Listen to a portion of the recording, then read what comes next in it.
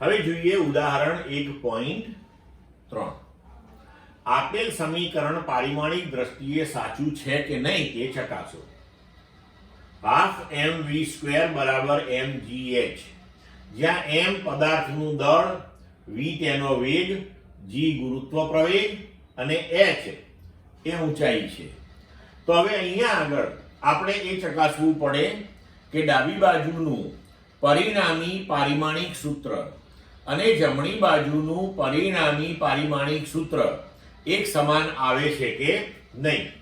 તો હવે જુઓ, આપણે જોઈએ કે ડાબી બાજુના પરિમાણ એટલે કે હાફ mv² ના પરિમાણ. તો હાફ એ અચળાંક છે, એને કોઈ પરિમાણ હોય નહીં.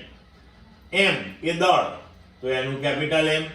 v², તો v એટલે વેગ, વેગનું L(t⁻⁻1) એનો વર્ગ છે, તો આખાનો વર્ગ. એટલે પરિણામી તમને પારિમાણિક સૂત્ર મળશે m, અહીંયા વર્ગ કરો તો L(2t⁻²), એટલે પરિણામી તૈયાર થયું m1L2t-2. હવે જમણી બાજુના પરિમાણ જોઈએ આપણે. તો જમણી બાજુ છે આપણી mgh. હવે mgh એમાં m નું કેપિટલ M, g એટલે ગુરુત્વ પ્રવેગ, પ્રવેગ એટલે પ્રવેગ. તો ગુરુત્વ પ્રવેગ એના માટે L(t⁻²), h એટલે ઊંચાઈ, એનું L થશે પરિમાણ.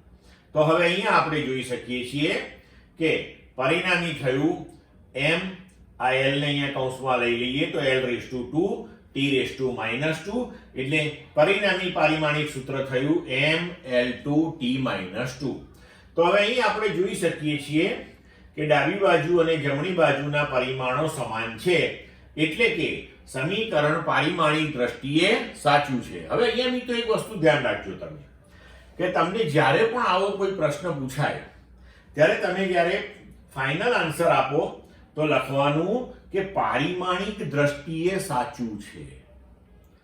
સમીકરણ પારિમાણિક દ્રષ્ટિએ સાચું હોય તો ભૌતિક શાસ્ત્રની દ્રષ્ટિએ સાચું છે એવું હંમેશા બની શકે નહીં. જો હું તમને સમજાવું આમાં, અહીંયા ધારો કે આપણે ડાબી બાજુએ આ હાફ mv² માં હાફ ના હોય, આ 1/2 વાળું પદ ના હોય, તોય બંને બાજુના પારિમાણિક સૂત્રો તો સમાન આવવાના જ છે, કારણ કે હાફને કોઈ પરિમાણ છે જ નહીં. તો હાફ ના લખ્યું હોય તો પણ આ સમીકરણ જે છે એ પરિમાણની દ્રષ્ટિએ સાચું થાય, પણ જો હાફ ના લખેલું હોય તો ભૌતિક શાસ્ત્રની દ્રષ્ટિએ એ ખોટું છે, કારણ કે ડાબી બાજુ જે હાફ mv² લખ્યું છે એ આપણી ગતિ ઉર્જાનું સમીકરણ છે, તો એની અંદર હાફ તો આવે જ.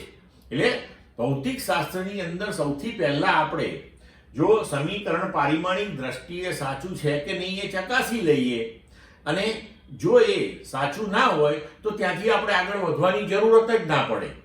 પણ જો સાચું હોય તો પછી ભૌતિક શાસ્ત્રની દ્રષ્ટિએ સાચું છે કે નહીં એ ચકાસવા માટેની બીજી પદ્ધતિઓ છે એ આપણે ઉપયોગમાં લઈ શકીએ. એટલે કે પ્રાથમિક સ્ટેજમાં આપણે આવું કરી શકીએ. સમજ પડી મિત્રો બધાને?